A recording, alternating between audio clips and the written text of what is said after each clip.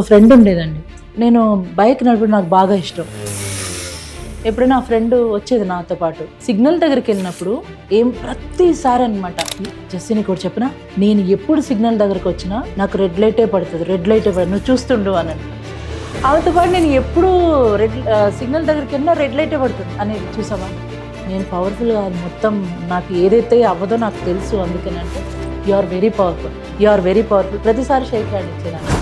నీకేమన్నా పిచ్చా, are you crazy అనేది ఎందుకు అని నేను చెప్పినాను. నేను ఏదన్నా అంటే పని అవ్వట్లేదు, నాకు ఎప్పుడు ఇంతే, నాకు తెలుసు పని అవ్వదు, నేను అనుకున్నా అవ్వదు అని అంటే చాలా పవర్ఫుల్ ఉన్నావు, నువ్వు అనుకున్నావు కదా నాకు అవ్వదు అని.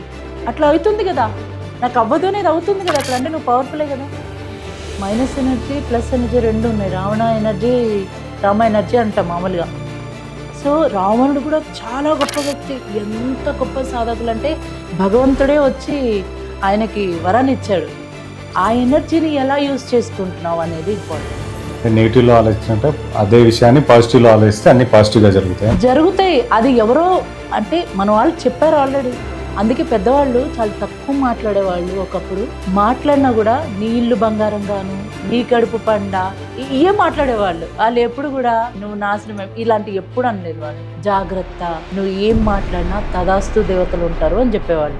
ఎవరైనా వచ్చి పిల్లలు లేరా, అయ్యో ఇంకా లేరా అన్నప్పుడు ఫీల్ అవ్వు, అది బ్లెస్సింగ్ అన్నట్టుగా ఫీల్ అవ్వు. ఊరికి ప్రతి చిన్నదానికి బాధపడుతూ వద్దే వద్దు.